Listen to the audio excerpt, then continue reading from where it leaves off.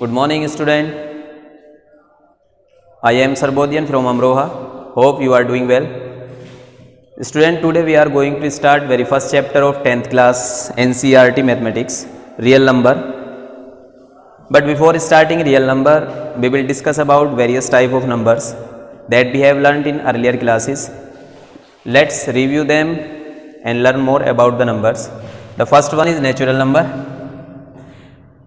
All counting numbers are known as natural number, and the collection of natural number is denoted by capital N, that is 1, 2, 3, dot dot, etc. Next one is whole number.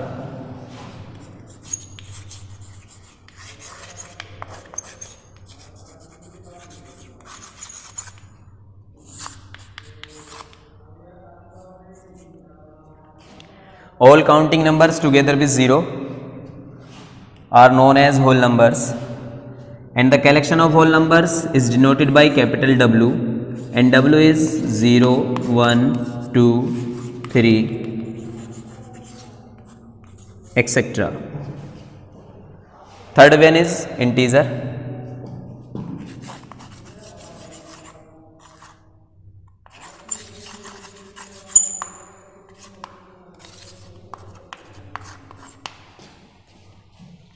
All counting numbers 0 and negative of counting numbers is known as integers, and the collection of integer is denoted by Z, and Z is equals to 0, plus minus 1, plus minus 2, and plus minus 3, etc.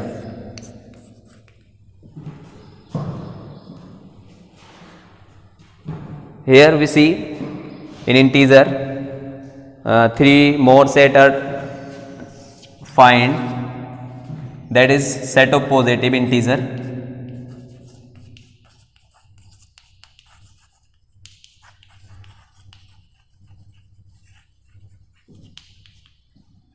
Denoted by Z plus is equals to 1, 2, 3, 4, 5, etc. and set of negative integer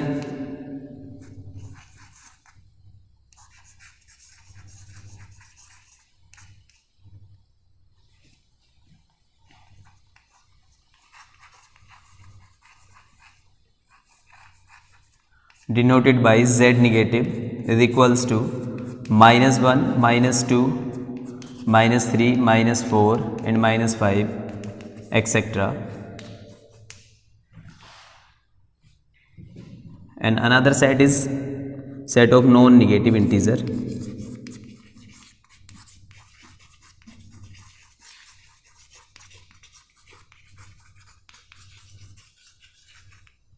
That is 0, 1, 2, 3, 4, 5, dot dot.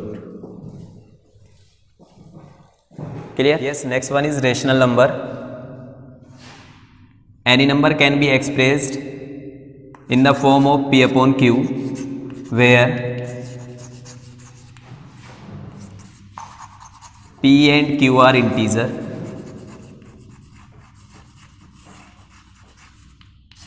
and Q is not equals to 0. Clear? Example: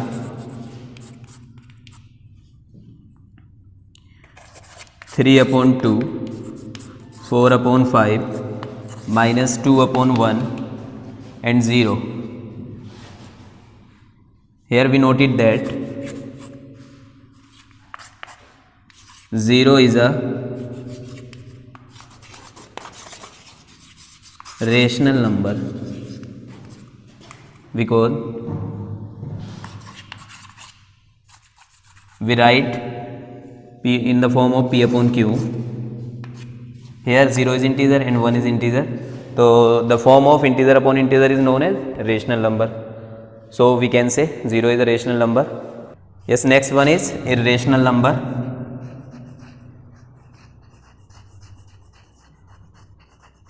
Irrational numbers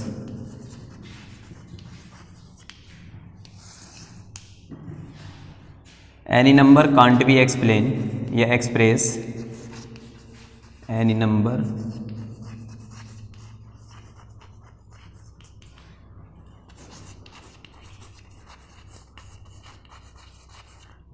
can't be expressed in the form of P upon Q, where P and Q are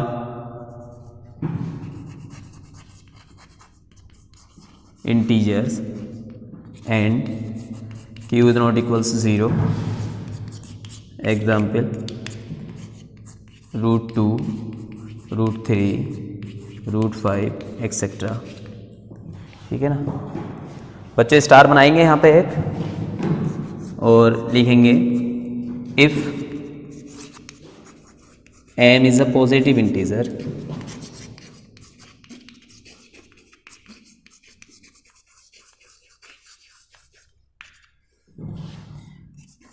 which is not a perfect square,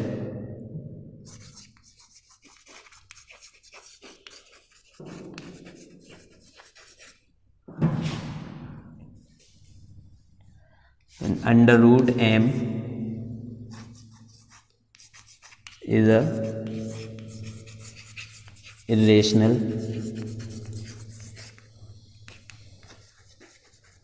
Yes, next number is prime number.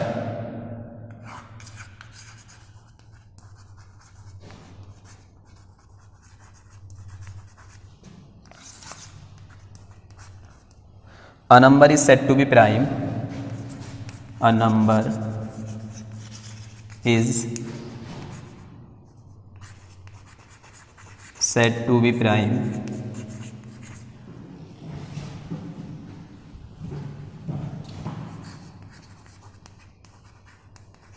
if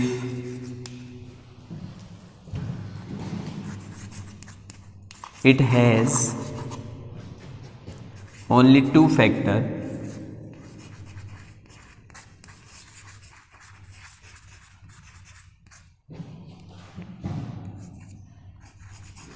namely itself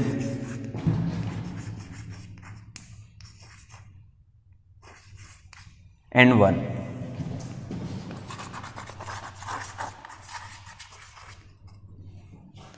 example,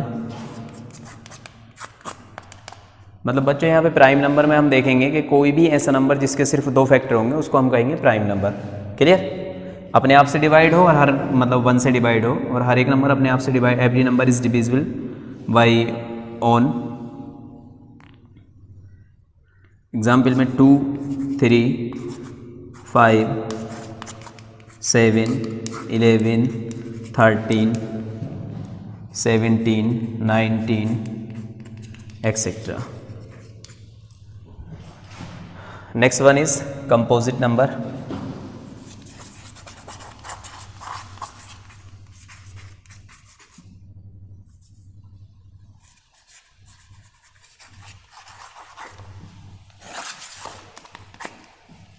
A number is said to be composite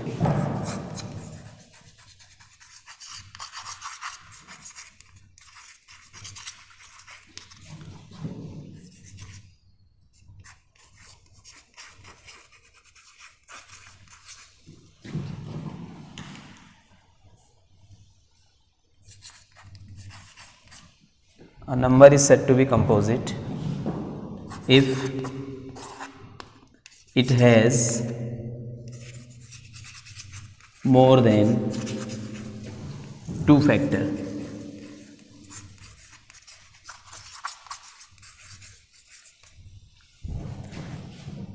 कोई भी number जिसके दो से ज़्यादा factor होंगे उसको हम क्या कहेंगे?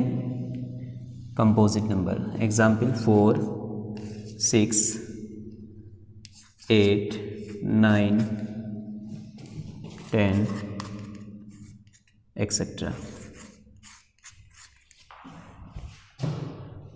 Yes, last one is co-prime number.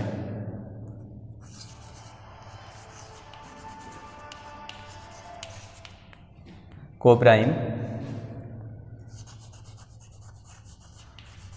number.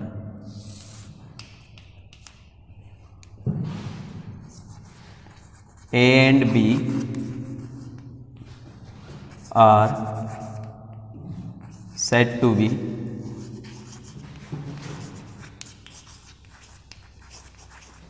Coprime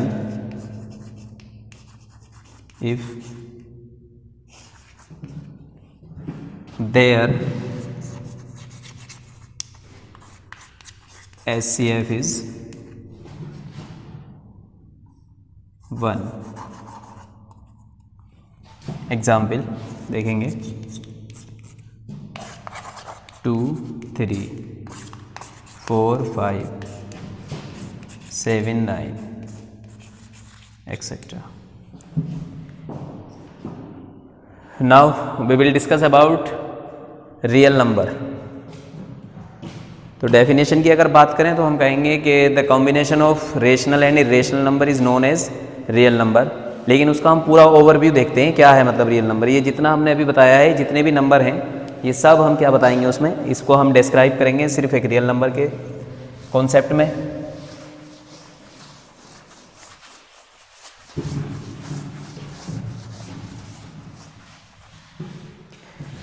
chapter का हमारा नाम था रियल नंबर, ठीक है, पहला चैप्टर है और रियल नंबर के बारे में ही हमें देखना है। लेकिन ये पिछला डिस्कस हमने इसलिए किया ताकि आपको पता रहे इन सब नंबर्स के बारे में। देखें ओवरव्यू देखेंगे हम रियल नंबर का।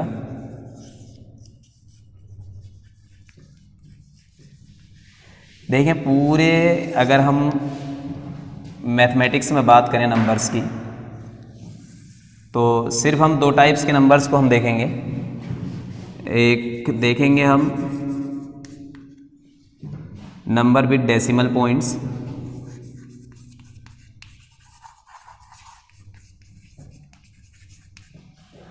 And without decimal points.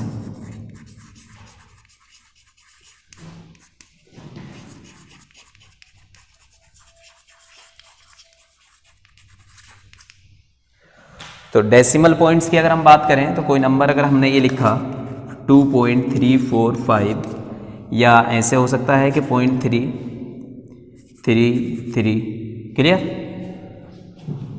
और विदाउट डेसिमल पॉइंट्स की अगर हम बात करें तो वो नंबर हमारे पास ये भी हो सकता है 3, नंबर हमारे पास हो सकता है -2, -1 भी हो सकता है, 0 हो सकता है वो 1, 2, 3, क्लियर। अगर हम ओवरव्यू की बात करें, देखिए अभी हमने यहाँ पे पढ़ा है सब कि नेचुरल नंबर क्या होता है, होल नंबर क्या होता है, इंटीजर क्या होता है। तो अगर हम बात करें कि नेचुरल नंबर्स की अगर हम बात करें तो क्या होता था वो काउंटिंग नंबर। तो देखें जब हमने ये देखा कि विदाउट डेसिमल नंबर्स जो हैं जितने भी हैं हमारे पास, तो वहाँ पे क्या है ये देखें आप विदाउट डेसिमल में अगर ये वाला पार्ट हम देखते हैं 1, 2, 3, 4, तो ये क्या है सब काउंटिंग नंबर है। तो काउंटिंग नंबर्स को ही क्या कहते हैं, नेचुरल नंबर्स कहते हैं। इसके बाद अगर हम बात करें यहाँ से, अगर ये देखें ये सेट हमारा किस चीज़ की क्या बनेगा, ये अगर हम 0 से स्टार्ट करें तो 0, 1, 2, 3, 4, 5 ये हमारा क्या आ जाता है, ये this is natural number and this is ये हमारा होल नंबर का सेट आ गया, क्लियर। और अगर हम इन सब नंबर्स की बात करें कि -3, -2, -1 और यहाँ से अगर ये इधर मतलब निगेटिव 0 और पॉजिटिव की बात करें तो ये हमारा इंटीजर का सेट हो जाएगा, क्लियर। 0 भी एक इंटीजर हो गया। तो यही हमने यहाँ पे पढ़ा था। और अगर हम रेशनल नंबर को देखें तो जितने भी ये नंबर्स हैं अगर हम इनके डिनोमिनेटर में क्या मान लेते हैं, अगर 1 मान लेंगे, जैसे -3/1 हुआ तो यहाँ पे क्या हुआ, रेशनल नंबर हो गया, क्लियर। और अगर हम अब इरेशनल नंबर्स की बात करेंगे या पीछे आएंगे यहाँ पे विद डेसिमल नंबर्स में अगर आप देखें तो ये नंबर क्या है 2.345। तो 2.345 का मतलब क्या होगा यहाँ पे हमारा, 2.345 का मतलब ये है कि जब हमने किसी भी नंबर को यहाँ से डिवाइड की होगी किसी नंबर से तो क्या हुआ होगा इसकी after some finite steps calculation is stopped, मतलब कैलकुलेशन कुछ फाइनाइट स्टेप के बाद क्या हो गई होगी, स्टॉप हो गई होगी। तो ऐसे नंबर को हम 9th क्लास में क्या बोलते थे, टर्मिनेटिंग नंबर, क्लियर। तो जो नंबर कैलकुलेट होने के बाद टर्मिनेट हो जाए तो वो क्या होता है, उसको हम कहते हैं रेशनल नंबर। टर्मिनेटिंग नंबर्स को क्या कहते हैं, रेशनल नंबर कहते हैं। और यहाँ के बाद या फिर वो नंबर इस तरह से हो सकता है, डेसिमल पॉइंट्स की अगर बात करें कि 2.333, क्लियर। मतलब डेसिमल पॉइंट्स के बाद हमारी क्या होगा, यहाँ पे कैलकुलेशन स्टॉप नहीं हो रही है तो यहाँ पे क्या होगा, ये टर्मिनेटिंग नहीं है लेकिन रिपीटिंग नंबर है। इसको हम ऐसे भी लिख सकते हैं 2.3 बार, क्लियर। जो नंबर रिपीट होता है उसके ऊपर बार लगा देते हैं, तब ये क्या हुआ, नॉन टर्मिनेटिंग रिपीटिंग हुआ। तो ऐसे नंबर्स जो टर्मिनेटिंग होते हैं और नॉन टर्मिनेटिंग रिपीटिंग होते हैं तो उन नंबर्स को हम क्या कहते हैं, रेशनल नंबर कहते हैं,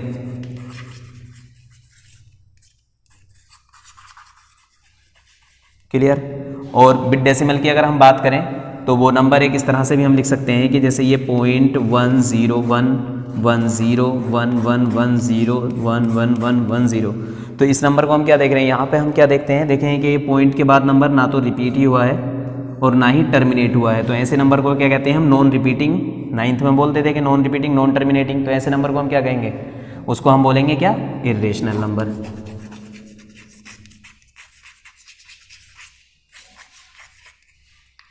तो यहाँ से जो कॉन्सेप्ट निकल कर आया हमारे चैप्टर का, रियल नंबर इसका नाम था, तो हमने ये कॉन्सेप्ट में यहाँ से देखा, देखो ओवरऑल व्यू हमने यहाँ पे दिखा दिया है। तो अब हम यहाँ पे क्या कह सकते हैं, डेफिनेशन में हम कह सकते हैं, yes student we will discuss about real number.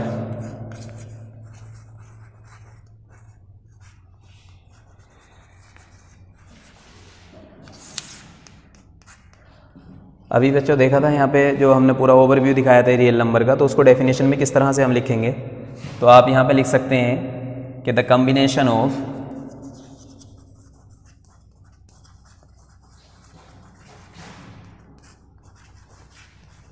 Rational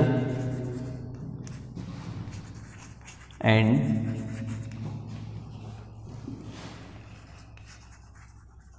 irrational numbers are known as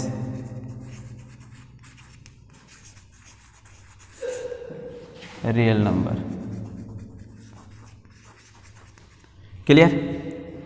या हम एक तरह से और इसको डिफाइन कर सकते हैं कि real number are those number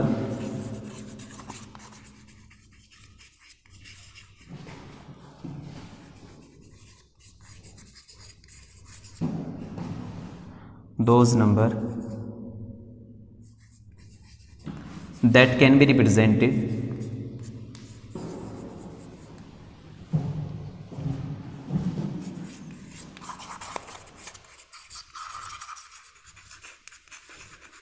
represented on number line।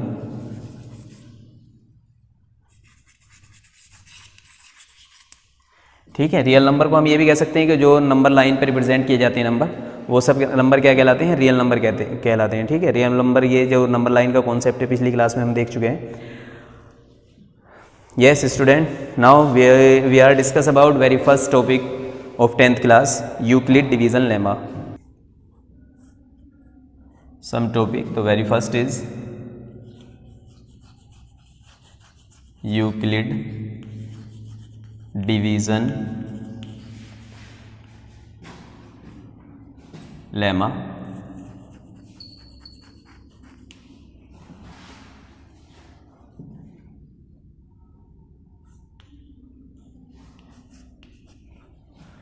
Next fundamental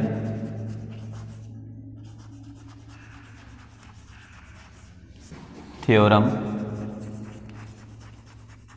of arithmetic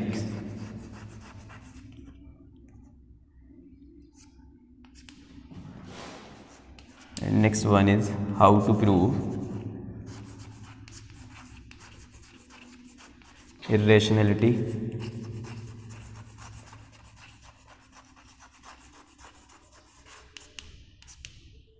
of irrational number।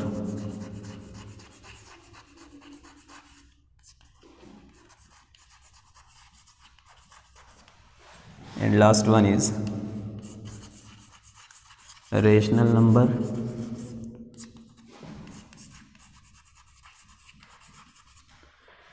and their decimal expansion। decimal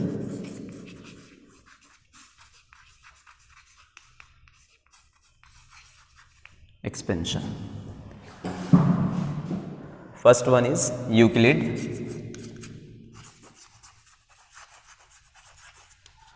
Euclid's division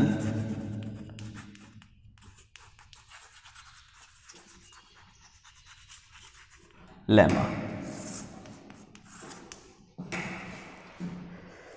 देखिए बच्चों, यूक्लिड डिवीज़न लेमा अगर आप नॉर्मली से रिलेट करें हम पिछली क्लासेस से, जो आपने 9th में पढ़ा है उसको, जो यूक्लिड डिवीज़न एल्गोरिथम होती थी, उसी से हम यहाँ पे पहले रिलेट कर देते हैं, फिर हम बुक की जो डेफिनेशन है और उसमें बताया उसको हम आपको क्लियर करते हैं। पहले देखें, हम यहाँ पे ये होता था कि एक एग्जाम्पल से देखेंगे हम, इफ़ वी डिवाइडेड 35 बाई 9, तो 9 goes 35 thrice and get the remainder 8। Clear.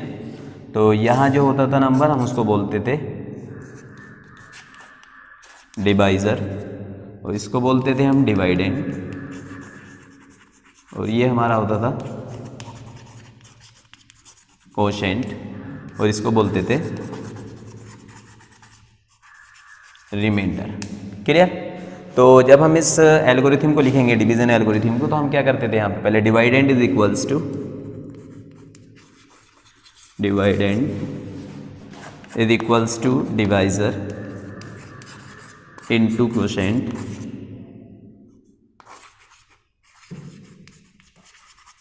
Plus remainder. Clear. और यहाँ पे जो हम लिखेंगे एक जो इक्वलिटी होती है वो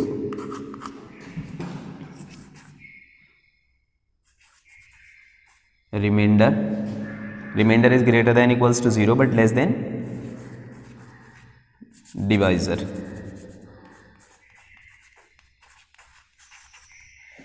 तो इसी को जो स्टेटमेंट में कहा है वो ये है, आप इस सिर्फ इतना ये ध्यान रखें, इसको याद रखें। तो आपको स्टेटमेंट याद करने की ज़रूरत नहीं है, इसी के बेस पे हम क्वेश्चन भी करके दिखाएंगे आपको इस मेथड से। और जो अगर बुक की बात करें हम डेफिनेशन की, तो बुक में कुछ इस तरह से डेफिनेशन है कि for any two positive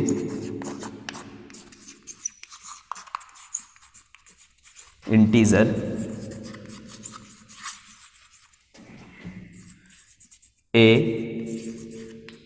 and B, then there exist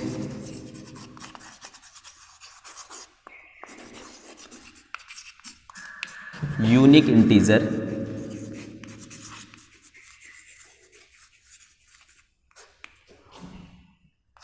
Q and R such that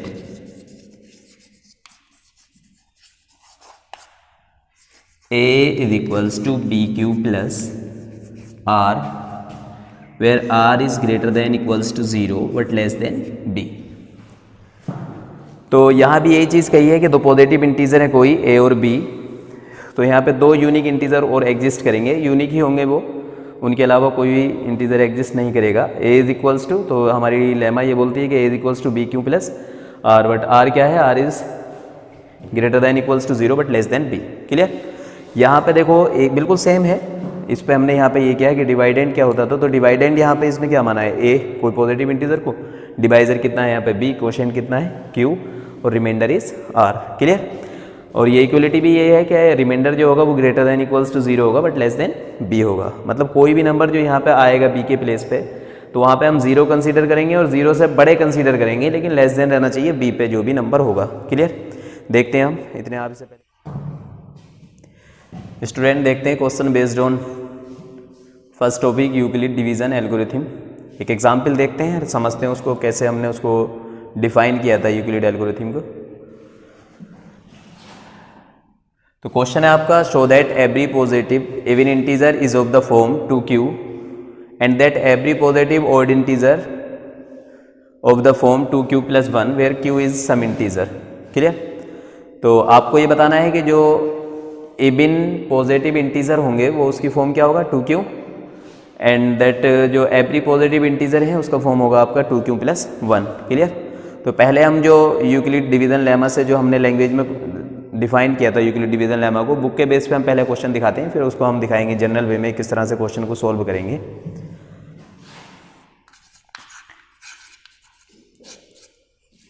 late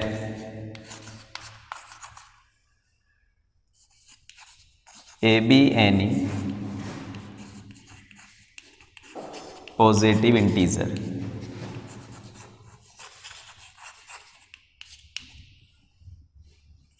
and B is equals to 2। यहाँ पे B is equals to 2, देखें आप, जो आपकी फॉर्म थी वो कितना था आपका 2q, और यहाँ पे दूसरी जो ऑड इंटीजर की फॉर्म थी, ऑड इंटीजर की फॉर्म थी वो क्या था आपका 2q प्लस 1। क्लियर। तो ये जो है ये कुछ नहीं है, बल्कि जो अभी हमने यूक्लिड डिवीज़न लेमा देखा था वहाँ पे क्या देखा था, ये क्या होता था यहाँ पे डिवाइज़र, यहाँ पे होता था ये हमारा क्या क्वोशेंट होता था प्लस रिमाइंडर होता था। तो ये जो आपका डिवाइज़र है मतलब b कितना है आपका 2, तो यहीं से कंसीडर करना है b is two 2। Clear? Then by Euclid division lemma a is equals to bq plus r where r is greater than 0, greater than equals to 0 but less than b। here a as it is रहेगा यहाँ पे, और b कितना consider किया हमने 2q plus r। Clear? अब यहाँ से r की वैल्यू हमें देखनी है। देखें ये इक्वलिटी में अगर हम बात करें तो r ग्रेटर है और इक्वल है 0 के बट लेस है कितने से 2। क्लियर? तो इंटीजर की फॉर्म में ही होना चाहिए, तो यहाँ पे क्या है मतलब 0 तो कंसीडर किया जाएगा क्योंकि इक्वलिटी ये बोलती है कि r ग्रेटर देन इक्वल है किससे 0 से, इक्वल भी है और ग्रेटर भी है, तो इक्वल मीन्स मतलब 0 हो गया यहाँ पे, और बड़े जो इससे ग्रेटर है तो उसका मतलब कितना हुआ 1, बट लेस है किससे 2 से। क्लियर? और इंटीजर की बात करेगा तो सिर्फ 0 और 1 ही यहाँ पे आएगा। तो यहाँ पे अगर हम केस बनाएं first, if we put r is equals to 0 तो we get a positive integer, 0 मतलब इवन इंटीजर कंसीडर करेंगे इसको हम, a is equals to 2q plus 0 that is a is equals to 2q।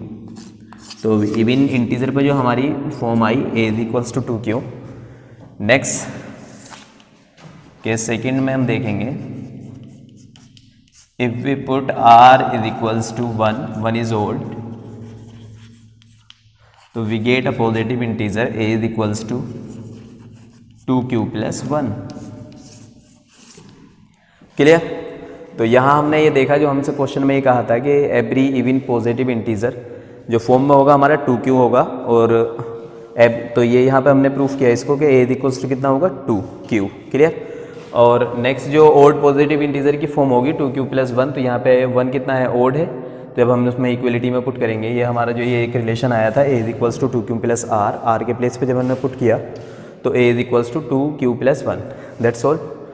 यही हमसे इस क्वेश्चन में पूछा था। अब हम इसको दूसरे एक जनरल वे में, जो जैसे ये ओड या इवन पॉजिटिव इंटीजर लें, तो उस बेस पे हम किस तरह से इसको जनरलाइज करेंगे क्वेश्चन को, मतलब ताकि ये लैंग्वेज वगैरह आपको याद करने की ज़रूरत नहीं पड़े। देखते हैं किस तरह से, जैसे हमने डिफाइन किया था यूक्लिड डिवीज़न लेमा को, हमने डिवीज़न एल्गोरिथम्स के रिलेटेड करके उसको बताया था, तो वैसे ही हम इस क्वेश्चन को करेंगे। Clear? Pause the video to note it down.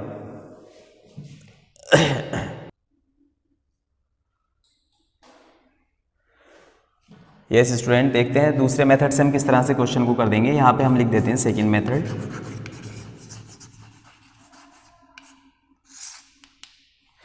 देखिए बात की है कि एवरी पॉजिटिव इवन इंटीजर, तो हम कंसीडर कर लेते हैं इवन इंटीजर, जो पॉजिटिव इवन इंटीजर हैं, positive even integers 2, 4, 6, 8, 10 and so on. Clear? Positive even मतलब क्या होगा, जो नंबर 2 से डिविजिबल हो जाएगा तो उसको हम क्या कहेंगे, इवन नंबर्स कहेंगे। ठीक है? तो इसलिए हमने लिया है 2, 4, 6, 8, 10। क्लियर? तो यहाँ पे जो हमारे क्वेश्चन में था ये हमें पता है ऑलरेडी पहले से ही। देखें ये कितना है 2। क्लियर? 2 क्या है हमारा, ये डिवाइज़र है। तो अगर हम इस डिवाइज़र से डिवाइड करें इन नंबर्स को तो देखेंगे हम, इफ़ वी डिवाइडेड 2 बाई 2 तो 2 goes to 1 and remainder will 0। Clear? Next इसी तरह से अगर हम डिवाइज़र 2 से डिवाइड करेंगे डिवाइडेंड 4 को, तो हमारा जो है ये 2 टाइम हो जाएगा यहाँ पे, और कितना बचेगा यहाँ पे, रिमाइंडर 0। नेक्स्ट 6 को डिवाइड अगर करेंगे तो 2 3 ज़ा 6, again remainder 0। Next if be divided 8 by 2 तो 2 goes 8 4 times and so on. Clear? तो यहाँ हमने जो डिवाइज़र 2 था, 2 से ही क्यों डिवाइड किया ये, ठीक है? तो 2 से यूँ डिवाइड किया क्योंकि जो हमारी फॉर्म है वहाँ पे डिवाइजर कितना दे रखा है, 2 डिवाइजर दे रखा है, और डिवाइड एंड में उसने कहा था कि every even positive integer. Clear.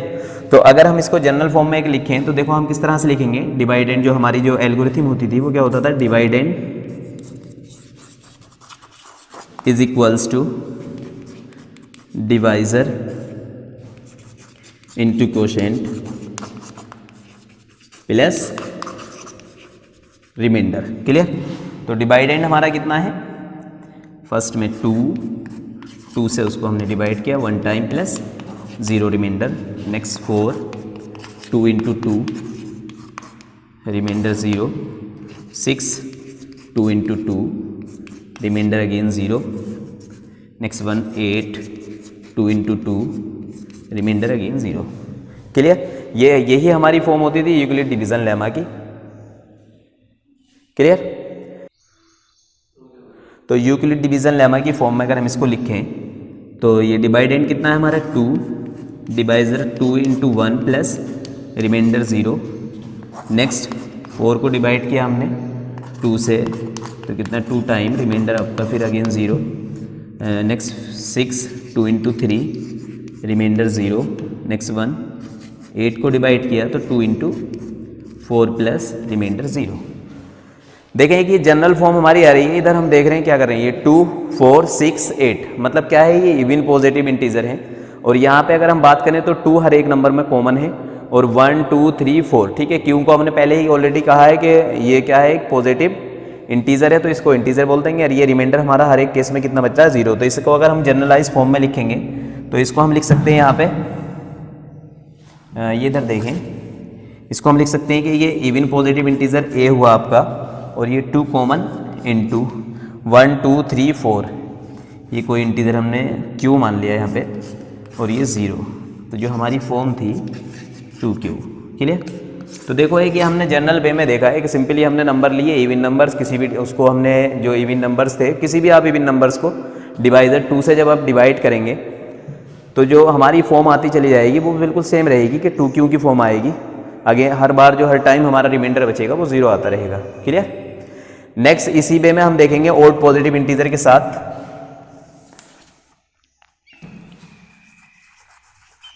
Odd positive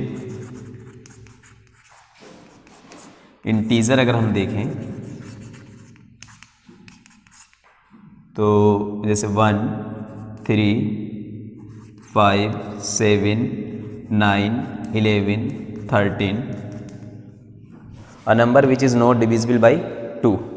तो ओड नंबर किसे कहते हैं, जो नंबर 2 से डिवाइड नहीं होगा उसको क्या कहेंगे आप, ओड नंबर। क्लियर। तो देखें हमारा डिवाइजर हमारा सेम था, सब केस में सेम रहेगा 2।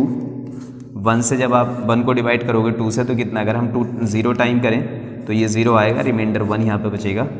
2 से फिर हम 3 को डिवाइड करेंगे तो 1 टाइम और रिमाइंडर हमारा 1। नेक्स्ट 2 को 5 को डिवाइड 2 से करेंगे तो कितना बचेगा हमारे यहाँ पे 4 और रिमाइंडर अगेन 1।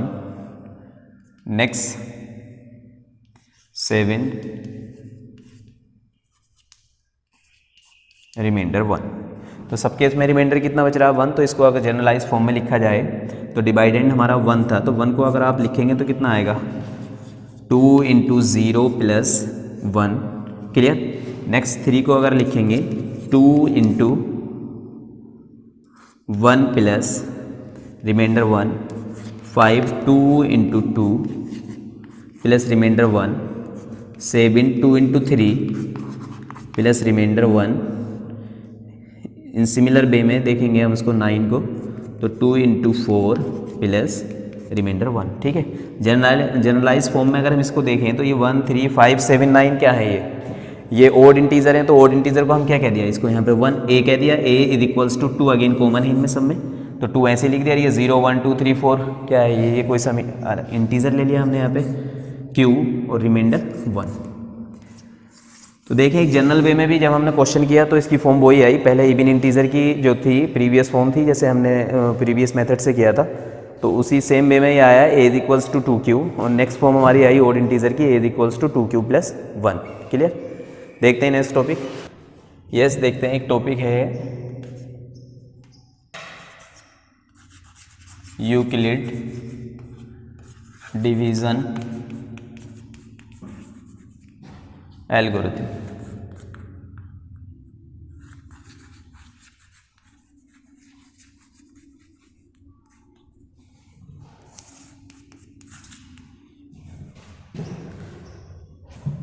इसको एक एग्जाम्पल से समझते हैं।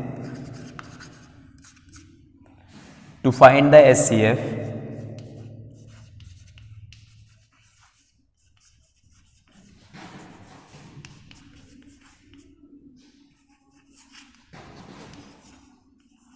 of 225 and 135। क्लियर? क्वेश्चन आपका to find the HCF of 225 and 135। Clear? तो how to use Euclid division algorithm. Clear? तो पहले आप ये देखेंगे कि जो दोनों नंबर हैं आपका उसमें से बड़ा नंबर कौन सा है। तो हम यहाँ पे देख रहे हैं कि 225 इस ग्रेटर है किससे, 135 से। ठीक है, तो जो ग्रेटर नंबर है आप उसको ए कहिएगा और जो लेस है उसको आप कहेंगे बी। क्लियर? अगर हम अप्लाई करें यूक्लिड डिवीजन एल्गोरिथम, तो पहले हम जो डिवीजन एल्गोरिथम में करते थे, देखें जो ग्रेटर नंबर है उसको स्मॉल नंबर से हमेशा आपको डिवाइड करना है। तो इधर हम देख लेते हैं डिवीजन एल्गोरिथम में क्या था। जब आप डिवाइड करेंगे 225 को, be divided 225 by 135, 135 goes 225 1 times and remainder will get 0, next 90। Clear? देखें 135 से जब हम डिवाइड करेंगे 225 को तो कितना आएगा रिमाइंडर, 90 बचेगा। देखें यूक्लिड डिवीजन एल्गोरिथम में आपको ये करना है कि जो रिमाइंडर बचता रहेगा बाद में उससे आपको डिवाइड करना है हमेशा डिवाइजर को। क्लियर? जैसे यहाँ पे हमने क्या किया, 225 को पहले डिवाइड किया छोटे नंबर से, रिमाइंडर आपका कितना आया 90। अब जो 90 रिमाइंडर आया है उससे आपको हमेशा नेक्स्ट स्टेप में डिवाइजर को ही डिवाइड करना है। क्लियर? तो 135 को डिवाइड करेंगे यहाँ पे कितना आएगा 190 45। क्लियर? अब का रिमाइंडर हमारा कितना बचा 45। 45 से डिवाइड कितना करना है हमें 90, 2 times 90, रिमाइंडर आपका 0 हुआ। क्लियर? तो जब आपका रिमाइंडर 0 हो जाएगा तो जो आपका डिवाइजर है वो आपका क्या हो जाएगा, एचसीएफ हो जाएगा। क्लियर? लिखेंगे किस फॉर्म में, देखें यूक्लिड डिवीजन जो लेमा थी आपकी थी a is equals to b q plus r. Clear? तो ए कितना है आपका 225 is equals to 135 into, question कितना था, आपने जब इसको डिवाइड किया 1, रिमाइंडर आपका बचा था फर्स्ट स्टेप में 90। क्लियर? तो यहाँ पे ये चीज़ लिखनी है आपको, r is not equals to 0। Clear? फिर यहाँ पे 135 एंड 90, तो आपका जो है ये डिवाइडेंड हो जाएगा 135 और जो आपका डिवाइजर है वो कितना हो जाएगा 90। फिर वर्ड टाइम हमने यहाँ पे क्वेश्चन कितना रहा 1 और रिमाइंडर आपका बचा था 45। Clear? Again r is not equals to 0। तो नेक्स्ट स्टेप में देखेंगे हम, dividend 90, divisor again 45, quotient 1 plus remainder कितना आया था आपका, नहीं क्वोशेंट आपका 2 और रिमाइंडर 0। क्लियर? तो यहाँ पे r आपका 0 हो गया, तो जब r आपका 0 हो जाएगा तो जो डिवाइजर होगा वो आपका क्या हो जाएगा, एचसीएफ। क्लियर? तो अब आप ये समझिए यहाँ जो ये लिखा है हमने हेडिंग, ये यूक्लिड डिवीजन एल्गोरिथम, तो आपने ये किसी भी क्वेश्चन को सॉल्व करने के लिए ये एक आपने स्टेप यूज़ किए हैं। ठीक है? तो एल्गोरिथम का मतलब ही ये है कि किसी भी क्वेश्चन को सॉल्व करने के लिए जो स्टेप कंसीडर किए जाते हैं उसको आप क्या बोलते हैं, एल्गोरिथम। लिख सकते हैं आप,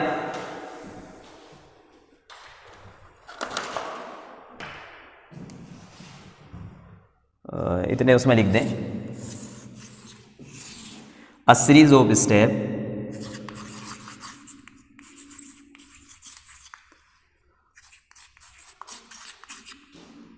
to solve the problem, to solve the